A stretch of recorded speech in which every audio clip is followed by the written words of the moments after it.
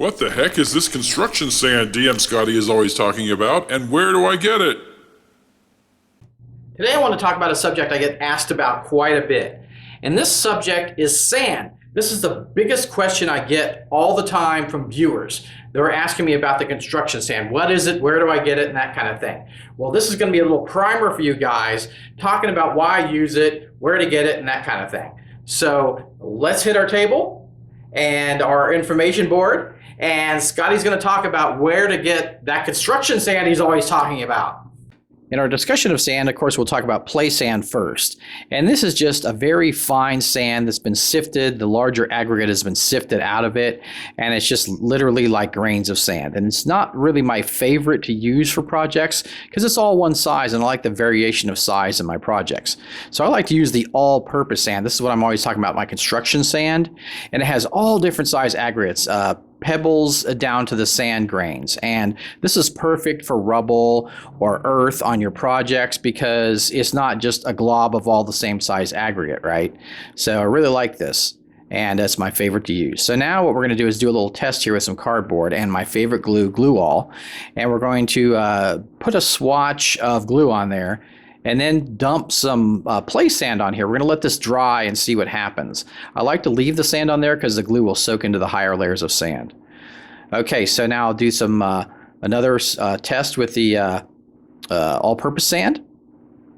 You know, you guys have always seen me use my sand, and here's just the play sand. I black bombed it, and I'm going to paint it with the gray. And I wanted to show you really show you the differences between the two. So here's the all-purpose sand. You can see the different size aggregate as I dry brush that on there. Really nice, really cool look with the different size aggregate. I just love it. So I'll do a little bit of dry brushing here with the over that darker gray with a light gray, and that's just the regular play sand. So there you go. And here's the all-purpose sand. And those larger pebbles really stick out, make great rubble, and it's perfect. It's so it's almost exclusively what I use. And here's the kind of, you can see the difference, and I just really like the all-purpose sand. You know, you have uses for the regular sand, but me, I prefer the all-purpose.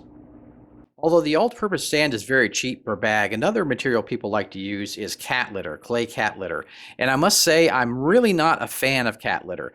The aggregate tends to be more of a similar size, so it's not as varied as the all-purpose sand. Also, the all-purpose sand is essentially pebbles in sand, and it's very durable. Once you get that, once you get it glued on the project, it is on there for good.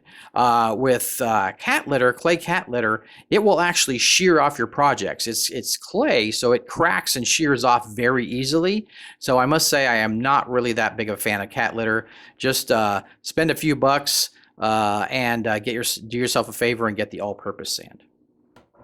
Hey friends, and now if you're wondering where you can get the sand, it's really easy to find. Just about any big box hardware store will sell it.